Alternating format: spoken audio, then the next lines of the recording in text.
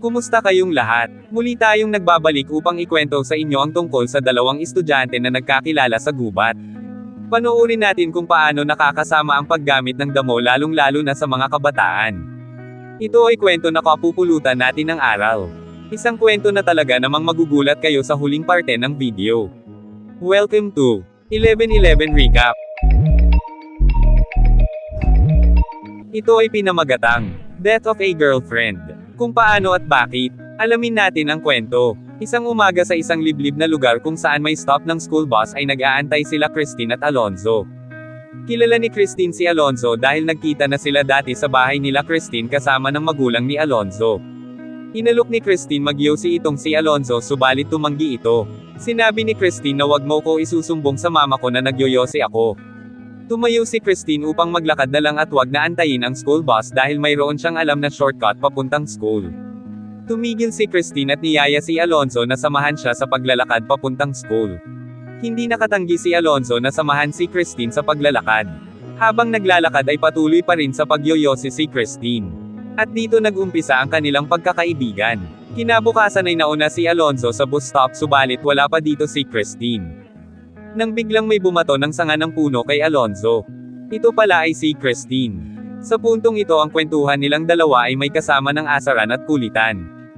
Nagkukwento si Christine na nag-away silang mag-ina dahil nahuli siya na may sigarilyo sa kanyang bag kaya siya na late ng kaunti sa bus stop. Ito naman ay ikinatuwa ni Alonzo. Kaya't binitukan ni Christine si Alonzo at tumakbo ito palayo. Hinabol ni Alonzo si Christine. Kinabukasan muli ay sabay na naman silang naglalakad papasok sa school. Kinuha ni Christine ang phone ni Alonzo upang i-save ang phone number niya dito. Tinawagan ni Alonzo ang phone number ni Christine at nag-ring naman ito. Pinangalanan niya itong Alice upang hindi isipin ng parent ni Christine na lalaki ang kachat niya palagi. Pagtapos nun ay biniro pa ni Alonzo si Christine. Sinabi niya dito na nice to meet you, my name is Alice. Pagkatapos ng kanilang klase ay sabay ulit naglakad ang dalawa pa uwi ng bahay. Sa puntong ay kailangan na nilang maghiwalay ng daan. Tumigil si Christine at hinalikan sa pisngi si Alonzo. Natuwa dito si Alonzo. Kinabukasan ay sabay na namang maglakad ang dalawa papasok ng school. Nang biglang isang sasakyan ang dumaan. Naghiwalay silang dalawa ng daan para di sila mapagkamalang close sa isa't isa. Maya-maya pa ay pinahawak ni Christine ang gamit niya kay Alonzo at nagpabuhat ang dalaga sa binata sa likuran nito. Masaya sila habang nilalasap ang mga sandali. Nakalapat ang labi ni Christine sa batok ni Alonzo habang karge-karge siya ng binata. Dahil sa sobrang lambing ni Christine ay unti-unti nang nahuhulog si Alonzo dito. Maya-maya pa ay bumaba si Christine at naglakad na palayo. Tinawagan niya si Alonzo sa kanyang cellphone. Anong ginagawa mo? May pasok pa tayo, bilasan mo maglakad. Ika ng dalaga. Kinabukasan ay sabay na naman sila papasok. Nang hihingi ng tubig si Alonzo kay Christine subalit hindi siya marinig nito dahil suot ni Christine ang kanyang headset. At nung tinanggal na ni Christine sa kanyang tenga ang earphones ay inabot na nito ang tumbler na may lamang tubig. Tapos nun ay naglakad ulit ang dalawa at napahinto sa isang bato. Nang muli silang naglakad ay dumaan ang isang pick-up na sasakyan. Sakay nito ang forest ranger na siyang naka-assign sa lugar. Sinabi nito kay Christine na hatid na kita sa pupuntahan mo subalit ayaw ni Christine dahil napepreskuhan siya sa forest ranger. Nang umalis na ito ay lumapit si Alonzo kay Christine. Sino yun, sabi ni Alonzo. Ewan ko, masyado siyang weird, ika ni Christine. Nang biglang nagyakapan silang dalawa. At dito unang pinatikim ni Christine ang halik niya kay Alonzo. Masaya silang dalawa habang solo nila ang kagubatan. At dito na nga nangyari ang di inaasahang aksyon. Binakbakan ni Alonzo si Christine. Hinubad nito ang damit ni Christine. Nang biglang, nagising si Alonzo na pawis dahil isa lamang pala itong panaginip. Samantala kinabukasan, habang naglalakad si Christine ay kinukulit na naman siya ng forest ranger. Lumapit dito si Alonzo at sinabing lumayo ka sa tao na yon. Nakita sila ng isang magsasaka. Ito ay may hawak na palakol at nangangahoy sa gubat. Nakita ng forest ranger ang magsasaka. Pinagalitan niya ito. Sinabi nito na ayokong nangunguha ka dito ng panggatong sa area na nasasakupan ko bilang ranger. Naiintindihan mo ba? Umalis ka dito ngayon na ika nito. Lumapit ang ranger kay Christine at sinabing, mabuti pa ihatid na kita dahil hindi safe dito gaya ng magsasaka na iyon. Ngunit ayaw talaga ni Christine na sumama sa forest ranger. Hindi ito napilit ng ranger kaya't nanghiram na lang ito ng lighter kay Christine upang sindihan ang kanyang sigarilyo. Samantala habang naglalakad si Christine at Alonzo ay nakita nila ang magsasaka. Ito ay may inalok kay Alonzo na isang bagay. Nagulat si Alonzo dahil ito ay isang uri ng pinagbabawal na damo. Inaalok ito kay Alonzo sa murang halaga. Kaya't kumuha agad ng pera si Alonzo upang bayaran ang magsasaka. Tuwang-tuwa ang magsasaka dito. Samantala, sabay muling naglakad si Alonzo at Christine pagtapos ng klase. Habang nagyoyosi si Christine ay pinakita ni Alonzo ang isang stick ng damo kay Christine. Nagulat dito si Christine at sinabing may alam akong sikretong lugar na kung saan pwede nating sindihan yan. Maya-maya pa ay nakarating sila sa lugar. Kinuha ni Christine sa box ang kanyang nakatagong pansindi dito. Nilabas ni Alonzo ang stick. Kinuha ni Christine ang stick upang sindihan ito. Pinagsaluhan nilang dalawa ang stick ng damo habang nagkukwentuhan. Masaya silang dalawa habang ginagawa ito. Sa pagbuga ng usok ay kasabay ang ngiti sa kanilang mga labi. Patuloy sila sa kwentuhan. Baka sa kanilang mga muka ang saya pag sila'y magkasama. At nang naramdaman na ni Christine ang saya habang nakatingin kay Alonzo ay hinalikan niya ito. Sumagot din ng halik ang binata. Kaya't panahon na ang nagdikta sa kanila upang magtuos sa gubat.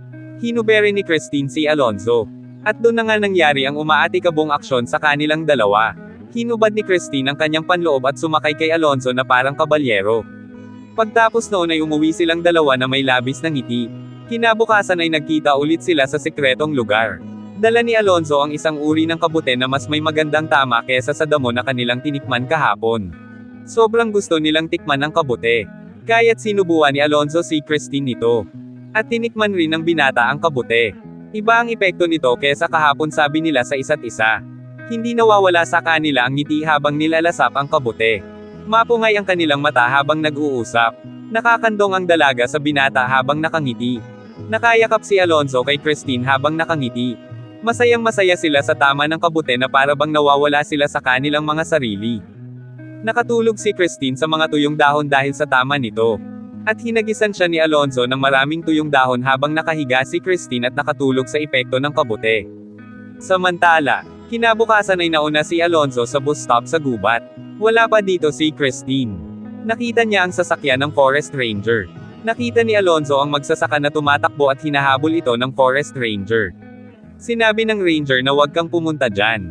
Subalit mapilit si Alonzo. Laking gulat ni Alonzo dahil nakita niya si Christine na nakahandusay at wala ng buhay. Ito ay naliligo ng dugo sa sikretong lugar. Ito naman ang pahayag ng ranger sa totoong nangyari.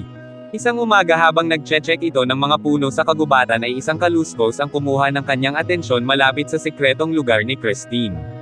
Nakita niya ang magsasaka at minanmanan niya ito. Hanggang nakita niyang hawak-hawak ng magsasaka ang pitaka ni Christine at kinuha nito ang pera ng dalaga. Kaya't sinigawan niya ito at hinabol. Nadapa ang ranger sa katawan ni Christine kaya nadumihan ito ng dugo. At patuloy na hinabol ng ranger ang magsasaka. Subalit meron ding kwento ang magsasaka at sinabi niya na ito ang totoong nangyari. Habang nangangahoy ay narinig niya ang sigaw ng isang babae. Nang lapitan niya ito ay nakita niya sa sikretong lugar ni Christine ang ranger na sinasaktan si Christine habang ginagahasa ito. Walang nagawa ang magsasaka. Maya-maya pa ay binaril ng ranger si Christine sa ulo. Pag-alis ng magsasaka ay nakagawa ito ng ingay. Nakita siya ng ranger kaya hinabol siya nito. Parehong guilty ang magsasaka at ranger ayon sa pag-aaral sa kaso kaya parehas silang napatawan ng bitay. Umiiyak ang ranger at magsasaka dahil wala raw silang kasalanan sa nangyari. Subalit sa pagpapatuloy ng ating kwento ay magugulat kayo. Dahil dito natin malalaman ang totoong nangyari sa pagkamatay ni Christine. Isang umaga sa bus stop sa gubat unang nagkakilala si Christine at Alonzo. Nagyoyosi si Christine dito, nang biglang nagpasya siya na maglakad na lang papunta sa school. Sinabi ni Alonzo na samahan na kita papasok ng school. Subalit ayaw magpasama ni Christine dito. Tsaka na lang ika ng dalaga sa binata. Subalit mapilit si Alonzo kaya't sumunod pa rin siya kay Christine. Nakita ng forest ranger si Christine at sinabing ingat ka sa paglalakad mo papasok ng school. Ngumiti dito si Christine. Tinanong ni Alonzo kung sino ang tao na yon. Family friend, sagot ng dalaga. Hanggang dito ka na lang, sabi ni Christine kay Alonzo. Ayokong sumabay sa'yo papuntang school, pakiusap lang ika nito. Malungkot dito si Alonzo. Pag uwi ni Christine ay may nag-text sa kanya. At ito pala ay si Alonzo. Nakuha ko ang number mo sa friend mo, ika nito. Kinukulit ni Alonzo si Christine dahil may labis itong gusto dito. Sinabayan niya itong maglakad kinabukasan. Napansin ni Christine na may pagnanasa sa kanya si Alonzo. Pagtapos ng klase ay muli na namang inaantay ni Alonzo si Christine upang sabayan itong maglakad pa uwi. Subalit ayaw talaga ng dalaga sa binata kahit pinipilit niya ito. Ngunit di sumusuko si Alonzo. Habang naglalakad sila ay nakita ni Alonzo ang magsasaka. Inalok siya nito ng isang bagay. Nagulat siya dahil ito ay pinagbabawal na damo. Binili ito ni Alonzo sa magsasaka. Habang patuloy sila sa paglalakad ni Christine ay sinabi ni Alonzo na may ipapakita ako sayo. Nagulat dito si Christine at sinabing gusto ko tikman yan. Pumunta silang dalawa sa sikretong lugar ni Christine. At dito na nga nila inumpisahang sindihan at pagsaluhan ang stick ng damo. Habang inuubos nila ang steak ay tuloy ang kanilang kwentuhan. Masaya nilang pinagpapasahan ang steak. Ubusin na natin ito Alonzo para makauwi na tayo ika ni Christine. Nang biglang hinalikan ni Alonzo si Christine na siyang ika na bigla nito. Pwede ba friends lang tayo? Ito ang ambag ko sa gastos mo sabi ni Christine kay Alonzo. Nang biglang may narinig silang paparating kaya sila nag-ingat. At muli na namang nagtangka si Alonzo kay Christine. Pinipilit ni Alonzo si Christine kahit ayaw niya talaga sa binata. Pilit na inihiga ni Alonzo si Christine habang tinatakpan ang bibig nito upang hindi makasigaw. Binugbog ni Alonzo si Christine ng sobra. Ginahasa niya si Christine sa sikretong lugar. Nakita niya ang lubid ng magsasaka na siyang pinanggapos kay Christine. At nang matapos niyang gahasain si Christine ay pinagsasaksak ni Alonzo si Christine hanggang bawian ito ng buhay. Tinigilan ni Alonzo si Christine nang makita niyang hindi na ito gumagalaw. Binuhusan niya ito ng tuyong dahon. Siniritan niya ito ng gasolina sa muka at katawan. Pagkatapos ay sinindihan niya ito ng walang awa. Kita sa mukha ni Alonzo na wala siya sa sariling pag-iisip dala ng tama ng damo. Makalipas ang ilang oras ay nakita ng magsasaka ang katawan ni Christine. Nakita niya ang pitaka nito kaya pinag-intirisan niya ang pera. At ito ay nakita ng forest ranger kaya hinabol niya ang magsasaka. Sa makatwid ay inosente ang forest ranger at magsasaka sa kwento. At ito ay pagkakasala lahat ni Alonzo. Napakahiwaga ng ating kwento para sa araw na ito. Kaya konting payo, lalong-lalo na sa mga kabataan. Unahin natin ang pag-aaral at makinig palagi sa payo ng magulang. Kapag alam na nating makakasama sa atin ay huwag na nating tikman kung ayaw nating magaya sa nagawa ni Alonzo dahil sa epekto ng damo. Sana po ay may napulot tayong aral sa ating istorya para sa araw na ito. Maraming salamat po sa panonood sa 11/11 Recap. Hanggang sa muli, paalam!